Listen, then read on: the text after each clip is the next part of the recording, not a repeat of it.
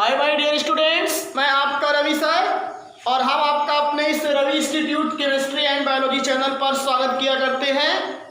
तो देखिए बच्चों, इसके पहले आज आपको बताने वाले हैं वो चैप्टर, हमारा टॉपिक चल रहा है श्वसन तंत्र। ये लेसन आपको हाई स्कूल में भी देखने को मिलता है और 11th की बायोलॉजी में भी है और विभिन्न प्रकार की प्रतियोगी परीक्षाओं के लिए भी ये इम्पोर्टेंट ही है। तो अभी तक जो हमने पढ़ रखा है श्वसन एवं दहन में अंतर, इसके पहले हमने ऑक्सीश्वसन और अनॉक्सीश्वसन में अंतर बताया था। तो आज के इस लेक्चर्स में हम आपको बहुत इंपॉर्टेंट टॉपिक बताने जा रहे हैं, जिसका आपको नाम बता रहे हैं। एक होता है ग्लाइकोलिसिस या ईएमपी पथ, और दूसरा जो हमारा टॉपिक हुआ करता है उसको हम लोग कहा किया करते हैं क्रेब्स चक्र। तो दो अभिक्रियाओं के बारे में हम यहाँ पे आज चर्चा करेंगे। एक का नाम क्या है ग्लाइकोलिसिस और दूसरे का क्या नाम है क्रेब्स चक्र। दोनों के बारे में हम आज आपको डिटेल बताएंगे। और ये सब जो प्रक्रियाएं आपको देखने को मिलती हैं, ग्लाइकोलिसिस या क्रेब्स चक्र जो देखने को मिलता है, ये आपको 12th में 11th की बायोलॉजी में बहुत डिटेल है और नीट वगैरह में जिसको बहुत पूछा जाता है कंपटीशन में, जान लीजिए। लेकिन हम पहले जो बेसिक बताने जा रहे हैं वो है कोशिकीय श्वसन। पहले ये समझिए क्या है कोशिकीय श्वसन, सेलुलर रिस्पायरेशन। पहले ये समझिए, जैसे कि मैंने शुरू में जब डिफिनेशन बताया था श्वसन की, तो आपको मैंने बताया था कि जब हम भोजन का पाचन हो जाता है तो पाचन की क्रिया के बाद उस भोज्य पदार्थ का क्या होता है, ऑक्सीकरण होता है। और उस भोज्य पदार्थ में ऑक्सीकरण के फलस्वरूप कार्बन डाइऑक्साइड, जल और क्या प्राप्त होती है, ऊर्जा प्राप्त होती है। उसी क्रिया को ही हम लोग क्या कहते हैं, श्वसन की क्रिया। तो यहाँ पे भी वही चीज है, एकदम ध्यान दीजिएगा। थोड़ी सी डिफिनेशन को चेंज किया गया लेकिन है वही चीज, पूरा एकदम ध्यान दीजिए। कोई डिफरेंस अंतर नहीं मैं बता रहा हूँ, डिफिनेशन वही है, लेकिन अब यहाँ समझना क्या है वो आपको बता रहा हूँ। सबसे पहली चीज ये बताता है कि भोज्य पदार्थों का, या कह सकते हो कि ग्लूकोज का क्या होना चाहिए। ग्लूकोज के जैविक ऑक्सीकरण के फलस्वरूप क्या हुआ करता है, जब विभिन्न प्रकार के एंजाइमों की सहायता से, या भोज्य पदार्थ के ऑक्सीकरण की वह प्रक्रिया जिसमें विभिन्न प्रकार के एंजाइमों की सहायता से इसका अपघटन किया जाता है, तो उसको हम लोग क्या कहा करते हैं, कोशिकीय श्वसन कहते हैं। जब ग्लूकोज या भोज्य पदार्थों का विभिन्न प्रकार की एंजाइमों की सहायता से कोशिका में क्या हुआ करता है, इसका ऑक्सीकरण होता है या अपघटन होता है, तो उसको आप लोग कोशिकीय श्वसन कहते हो। और जिसके फलस्वरूप ऊर्जा और क्या प्राप्त होती है, आपको कार्बन डाइऑक्साइड प्राप्त होता है। ये सबसे बड़ी चीज ध्यान देने वाली बात है। ये चीज थोड़ा डिफरेंस समझ लो, उसके बाद आगे समझाता हूं। तो यहाँ पे थोड़ा सा केवल समझाएंगे, ध्यान दीजिएगा। ग्लूकोज या भोज्य पदार्थों का, ग्लूकोज या भोज्य पदार्थों का, समझ लीजिएगा, जैविक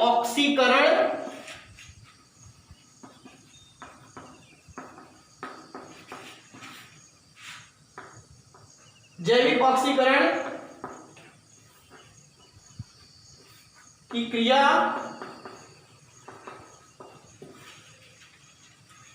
एंजाइमों की उपस्थिति में, थोड़ा सा चेंज कर रहा हूं बस, एंजाइमों की उपस्थिति में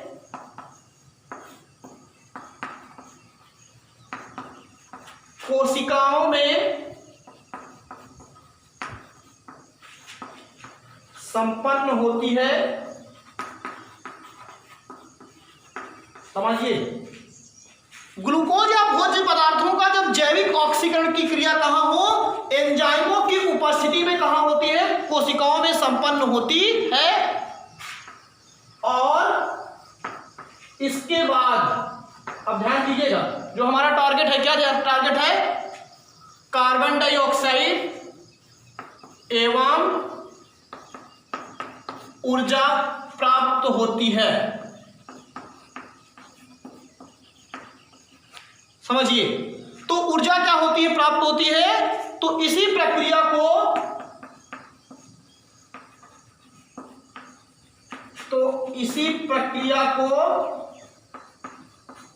ही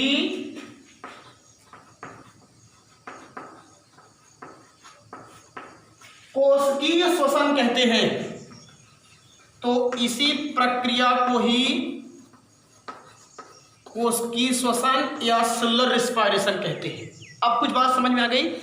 श्वसन का तो मैंने डिफिनेशन बताया था, वही चीज है पूरी, लेकिन एक चीज थोड़ा सा अंतर यही किया हूं कि कोशिकाओं में संपन्न होती है और क्या हुआ करती है, एंजाइमों की उपस्थिति में।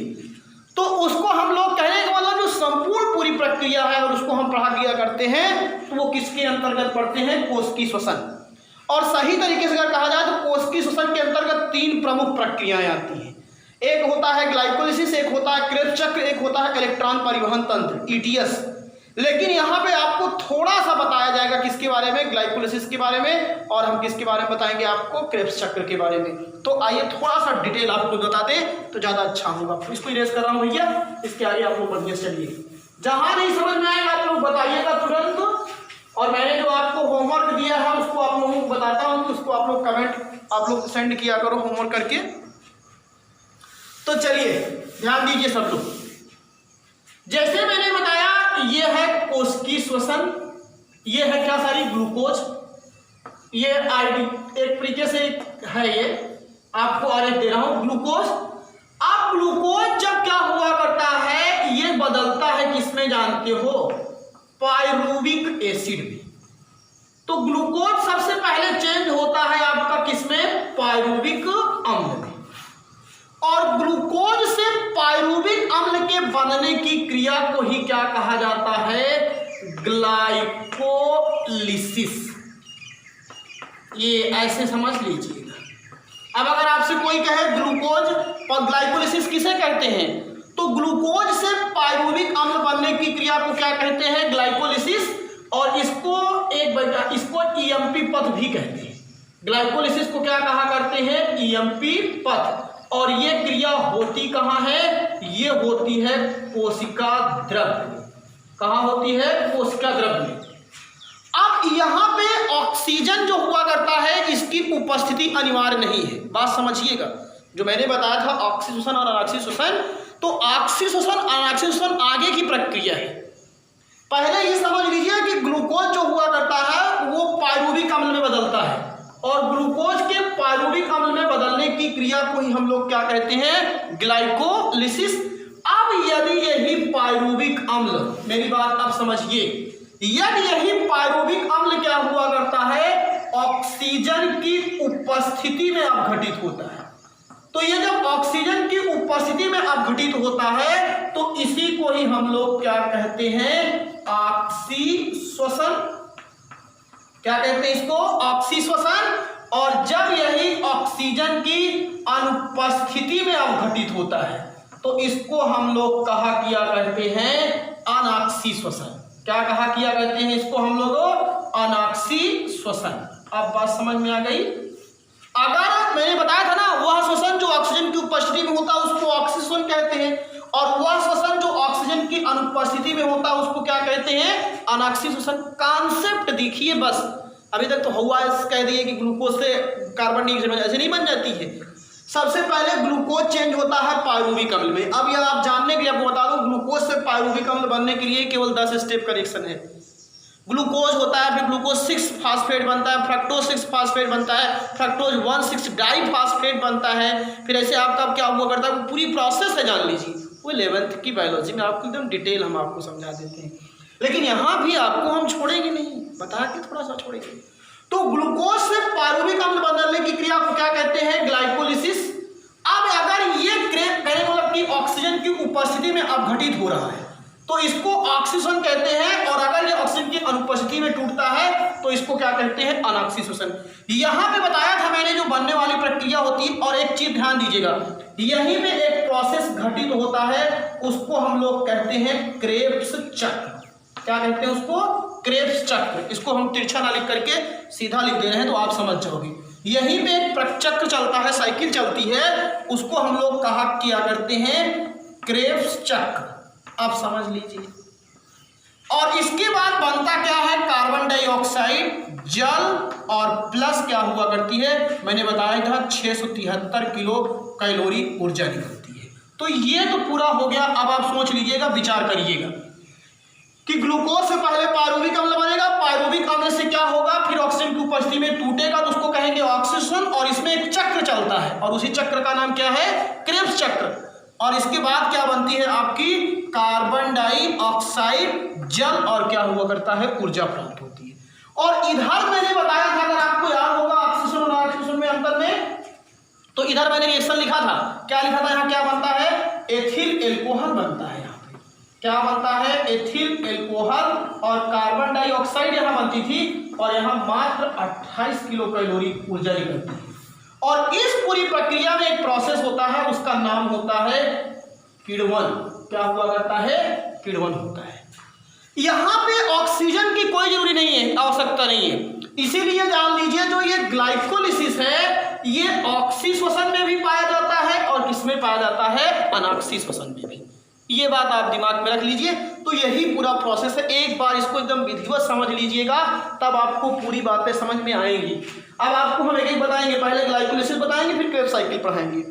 तो पहले ग्लाइकोलिसिस क्या है, ग्लूकोज से पायरुविक अम्ल के बनने की क्रिया को ग्लाइकोलिसिस कहते हैं। और अब आप देख लीजिए कि ग्लाइकोलिसिस में यहाँ पे जरूरी नहीं है कि ऑक्सी, इसमें ऑक्सी और अनॉक्सीजन दोनों होता है, लेकिन फिर अगर यही पायरुविक अम्ल ऑक्सीजन की उपस्थिति में टूटता है तो उसको हम लोग ऑक्सी श्वसन कहते हैं। और इसमें एक चक्र चलता है, उसका नाम होता है क्रेब्स चक्र। और फिर ये कार्बन डाइऑक्साइड, जल और ऊर्जा प्राप्त होती है। और इधर क्या हुआ करता है, अगर यही पायरुविक अम्ल ऑक्सीजन की अनुपस्थिति में टूटता है, जिसको अनॉक्सीजन कहते हैं, और इसमें एक प्रक्रिया चलती है जिसका नाम है किण्वन। और ये एथिल अल्कोहल, कार्बन डाइऑक्साइड जैसे हमने बनाया, इसको आप बढ़िया से साफ करके एकदम विधिवत बना लीजिएगा, तो आपका एक पूरा निचोड़ निकल के आ जाएगा। अब चलिए हम आपको बताते हैं एक एक प्रोसेस की प्रक्रिया। अब हम आपको सबसे पहले पढ़ाएंगे ग्लाइकोलिसिस क्या है। चलिए,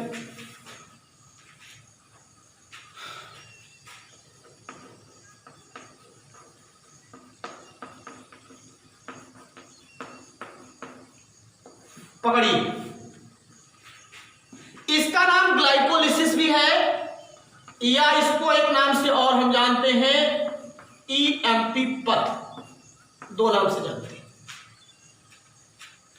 अगर हम एकदम सीधा सीधा कहते हैं, देखिए समझिए, सबसे पहली चीज ग्लाइकोलिसिस का शाब्दिक अर्थ होता है ग्लूकोज। जैसे अब लिखा गया है, देख लीजिए, ये शब्द लिखा गया है ग्लाइकोलिसिस, ध्यान दीजिएगा।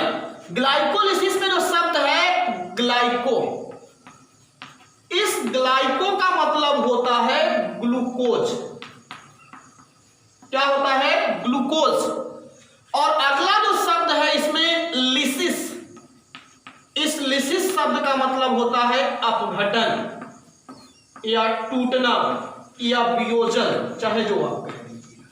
मतलब ग्लूकोज के अणुओं का टूटना, और किसमें टूटना, पायरुविक अम्ल में टूटना। एकदम सीधा सीधा बता दे रहा हूं।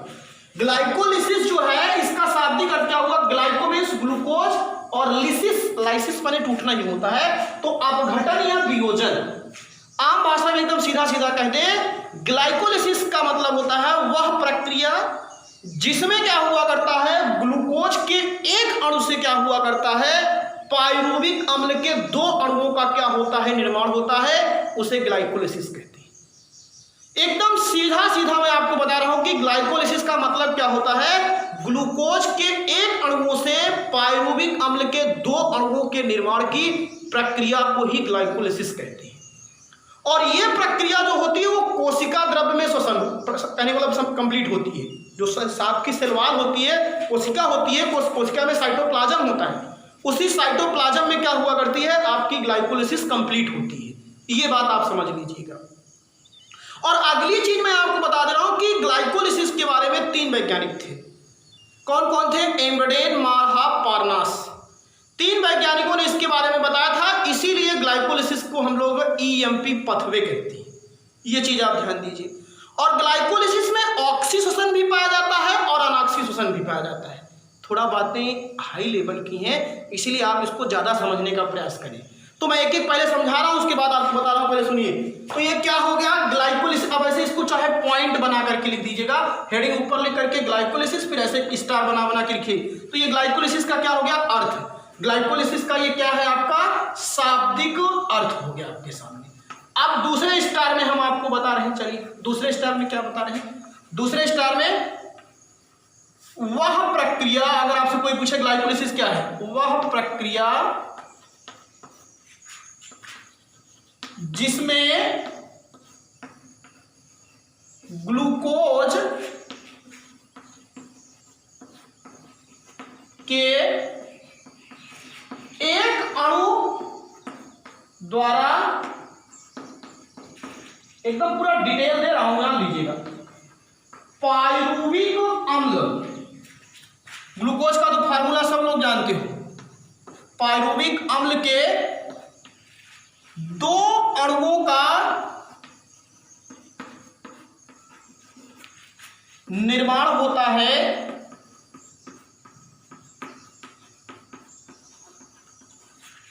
वह प्रक्रिया जिसमें ग्लूकोज के एक अणु द्वारा पायरुविक अम्ल के कितने, दो अणुओं का क्या होता है, निर्माण होता है, ग्लाइकोलिसिस कहलाती है।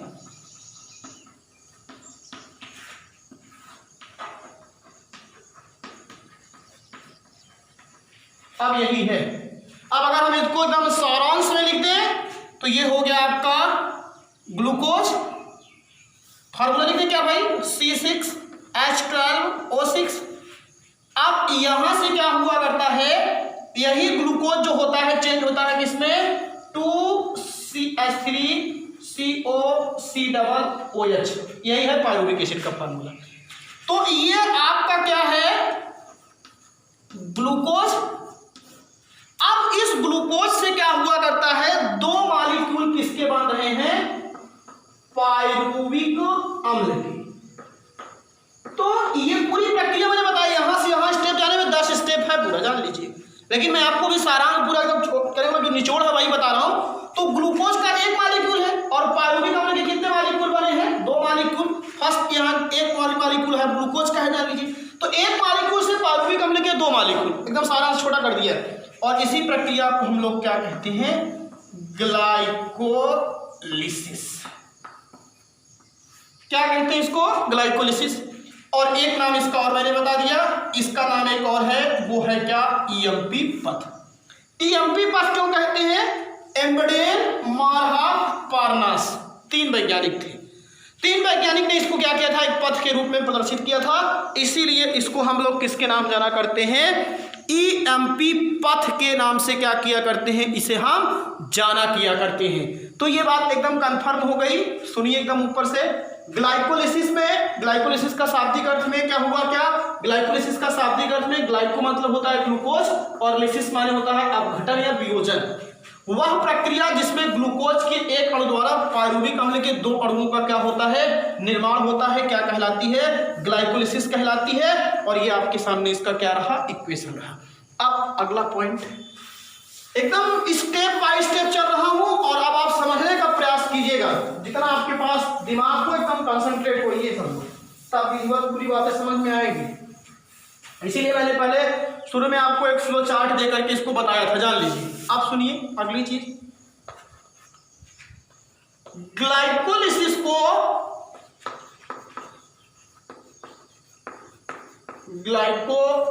को कौन कौन वैज्ञानिक थे, एक थे एम्बडेन, एक थे मारहाफ और एक थे पारनास। ये देख लीजिए, एम्बडेन, मारहाफ, पारनास, इसी को शॉर्टकट में बोलोगे तो ईएमपी। देख लीजिए, तीन वैज्ञानिकों के नाम रखा गया इसका। ग्लाइकोलिसिस को एम्बडेन, मारहाफ, पारनास वैज्ञानिकों ने एक पथ के रूप में प्रदर्शित किया था।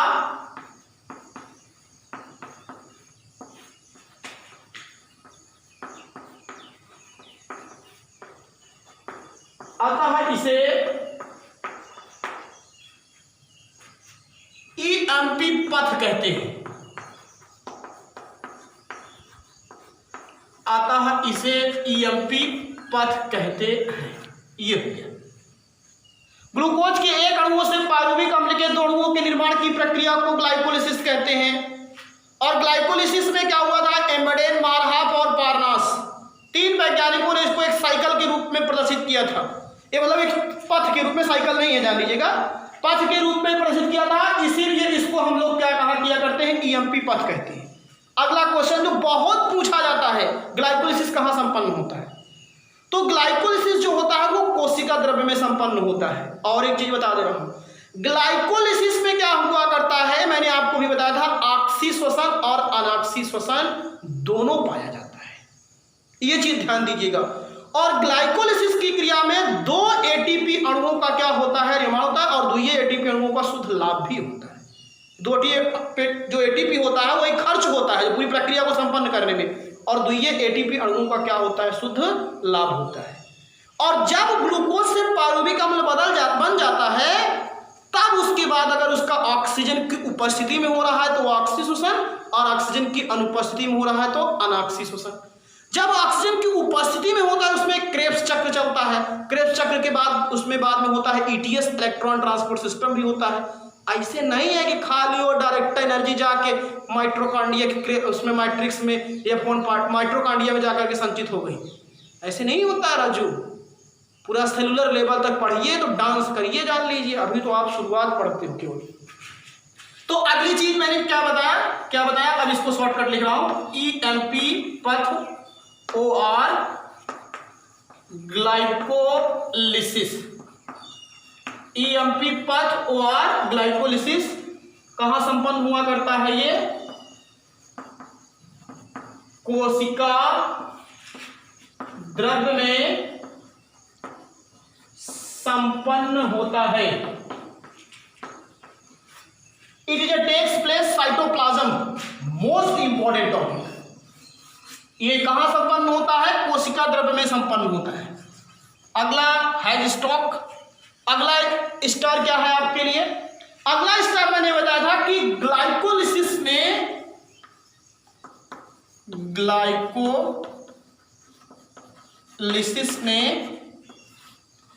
ऑक्सी एवं अनॉक्सी, ऑक्सी एवं अनॉक्सी श्वसन पाया जाता है। और अगली चीज जो इंपॉर्टेंट है, ग्लाइकोलिसिस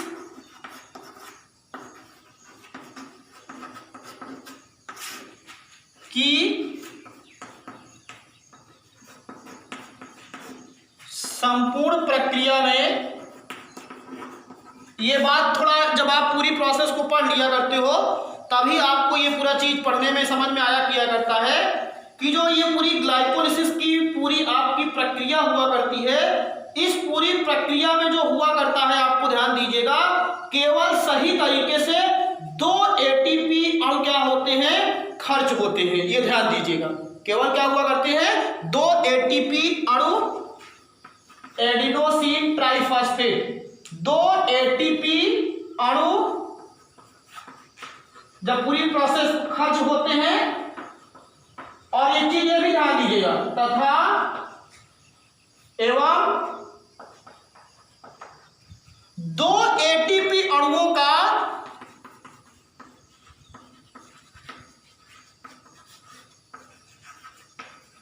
शुद्ध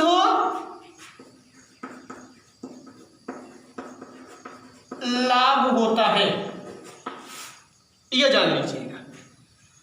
तो ये आपके ग्लाइकोलिसिस से संबंधित जो थे मैंने आपको बता दिया। इसमें बहुत टाइप के क्वेश्चन बन सकते हैं। पहली चीज तो ध्यान दीजिए, ग्लाइकोलिसिस मैंने पहले तुमको ग्राफ बनाया, ग्लूकोज से पहले पारुविक अम्ल बनता है, उसको ग्लाइकोलिसिस कहते हैं। ग्लाइकोलिसिस जब पारुविक अम्ल बन जाता है तो ऑक्सी श्वसन, अनॉक्सी श्वसन, एक में क्रेब्स चक्र, एक में फर्मेंटेशन, किण्वन की प्रक्रिया होती है। और फिर मैंने बताया कि ग्लाइकोलिसिस की प्रक्रिया मतलब वह प्रक्रिया जिसमें ग्लूकोज के एक अणु से पारुविक अम्ल के 2 अणुओं का निर्माण होता है, उसी को ग्लाइकोलिसिस कहते हैं। ग्लाइकोलिसिस की प्रक्रिया को एम्बेडेन, मारहाफ और पारनास वैज्ञानिकों ने एक चक्र के रूप, एक पथ के रूप में प्रदर्शित किया था, इसको ईएमपी पथ वे कहती हैं। ग्लाइकोलिसिस की क्रिया कोशिका द्रव्य में संपन्न होती है। ग्लाइकोलिसिस की प्रक्रिया में क्या हुआ करता है, मैंने बताया ऑक्सीजन और अनॉक्सीजन दोनों पाया जाता है। और ग्लाइकोलिसिस की प्रक्रिया में टोटल 2 एटीपी अणुओं का खर्च भी होता है और 2 एटीपी अणुओं का क्या होता है, लाभ भी होता है। तो अब ये रहा आपका ग्लाइकोलिसिस का पूरा क्या था, आपका टॉपिक था। अब इससे जितने भी क्वेश्चन आपके लिए बन रहे हैं उस क्वेश्चन को आप लोग खुद समझ सकते हो कि कितने टाइप्स के क्या हो सकते हैं, इससे क्वेश्चन आपसे बन रहे हैं। ये बात आप लोग दिमाग में रख लीजिएगा। अब मैं कुछ इससे रिलेटिव जो क्वेश्चन है उसको आपको बता दे रहा हूं, उसको आप लोग समझ सकते हैं। और अगर आपको आंसर मिल जाएगा तो आप लोग 8601346503 पे उस आंसर को सेंड करने का प्रयास कीजिएगा, आप बहुत अच्छे होंगे। पहला क्वेश्चन, ग्लाइकोलिसिस किसे कहते हैं? ग्लाइकोलिसिस किसे कहते हैं? फर्स्ट क्वेश्चन है ये आपके लिए, इससे जो क्वेश्चन बनेगा। दूसरा क्वेश्चन क्या है, ईएमपी पथ किसे कहते हैं, या ईएमपी पथ का, ईएमपी का, ग्लाइकोलिसिस को ईएमपी पथ क्यों कहते हैं? ग्लाइकोलिसिस को ईएमपी पथ क्यों कहा जाता है, ये क्वेश्चन है। तीसरा क्वेश्चन, ग्लाइकोलिसिस की क्रिया कहां संपन्न होती है? ग्लाइकोलिसिस की क्रिया कहां संपन्न होती है? ये सब क्वेश्चन बनाइए, ऐसे क्वेश्चन, इसीलिए कहते हैं थ्योरी पढ़िए, क्वेश्चन अपने आप बन जाता है। फिर अगला चीज, अगला आपसे क्वेश्चन ये पूछा जाता है कि ग्लाइकोलिसिस में कितने एटीपी का, कितने एटीपी का शुद्ध लाभ होता है? तो ये सब क्वेश्चन है जो आपसे एग्जाम में पूछे जा सकते हैं। आप अगर इनका आंसर पढ़ेंगे तो आपको आंसर मिलेगा ही। आंसर लिखिए और लिख करके इस व्हाट्सएप नंबर पर सेंड कीजिए। और अगर आप लोग चैनल्स पर नए हैं तो इसको आप लोग सब्सक्राइब कीजिए, कमेंट कीजिए, लाइक कीजिए और हमारी एनर्जी को भी प्रोत्साहित कीजिए। थैंक यू, धन्यवाद।